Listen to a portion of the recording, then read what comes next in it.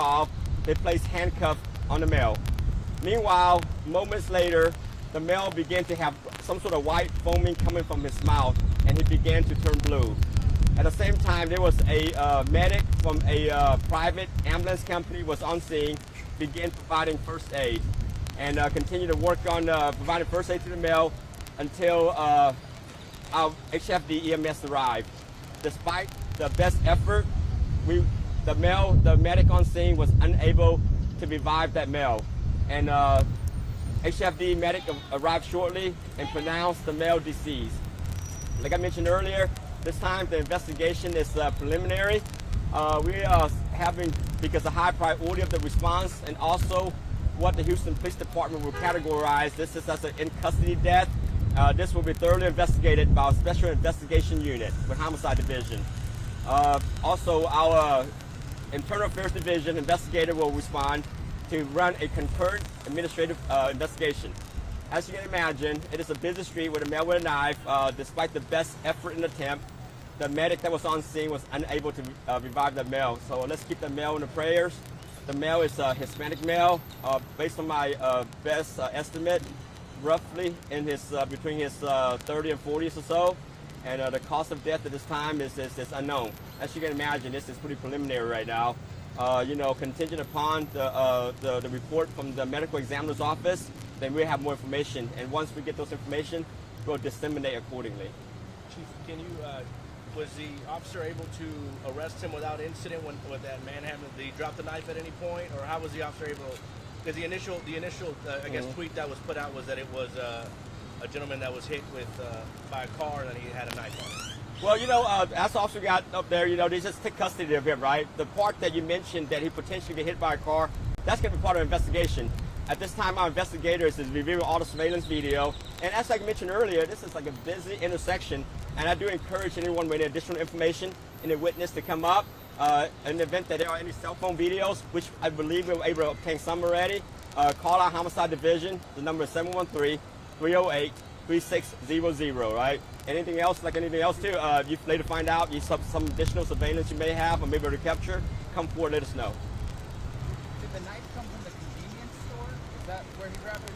Then again, that's still part of the investigation. Based on what we have right now, it started as a disturbance inside a convenience store, the 9800 block of Beechnut, and somewhere between tossing around stuff inside, acting erratic, and also rolling around the floor, and he ended up with a knife. That's when the business owner called in, elevated our call priority to the person with a knife. And out here on the street, he was rolling on the ground as well. Did he try to harm anybody who was passing by? Yeah, based on the witness account right now, again, like I mentioned earlier, we're going to have to review some surveillance video. That's still going to be part of the investigation. It appears that he was just rolling around on the floor and jumping in front of vehicles and stuff like that. As you mentioned earlier, whether he was struck by the vehicle or not is still part of the investigation. You mentioned the foaming at the mouth. Is there any reason to believe right now that he was under the influence of something, or is that... So that's a great question. But the fact that foaming from the mouth, it's definitely going to be part of our investigation. As I mentioned earlier, the medical examiner's office will conduct a thorough investigation in that particular matter. And once we get the findings and the final report, we'll push it out. I don't want to make any assumptions either, right? Good assumption, it may be okay, right? But bad assumption is bad, right? So the key is to have all the facts and we disseminate them as we get all the facts. How long was he in custody before he lost consciousness and started foaming at the mouth? And where was he being held at the time? Because you think, I know you don't want to make assumptions, that he hot outside right now. Well, based on the investigation we have, also arrived and basically, for the safety, because a weapon is involved, just detain them and handcuff them. And probably shortly thereafter.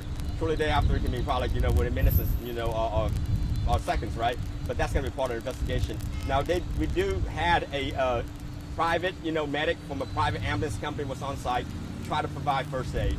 So that's going to be all part of the investigation. How did he end up where he's at right now? He ended up where he's at because the simple fact that he left the store, went across the street, and rolled around on the ground in the middle of the street. You can imagine how dangerous it is. You guys can take a glimpse in there how busy the intersection is, right at Beechnut and Club Creek.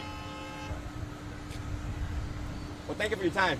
Thank you. Chief, one favor. Can you recap it for me real quick? Because the sound was off. Is that okay? I'm sorry. Just recap it and I'll post it online on social media, on our social media page. Because the stream, we didn't have sound on it for some reason. sound at all? No, no sound at all for your for the first 3 minutes of it. I'm sorry. Good. Okay.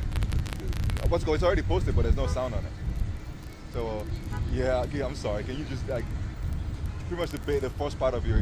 Get it from one of these three guys. Yeah, can Will you you guys yeah. share it so that way he doesn't have to do Why it don't y'all share the separate feed with him? We'll sort of do the same thing over. I want to tell one. Yeah, I mean, I don't know how they give it to you, but I mean, we're happy to share it. If you want to post it twice with different information, you don't want somebody. Yeah, we don't want to do that, right? No, I would just post a video saying apologies for the technical difficulties. Here's the video with sound on it.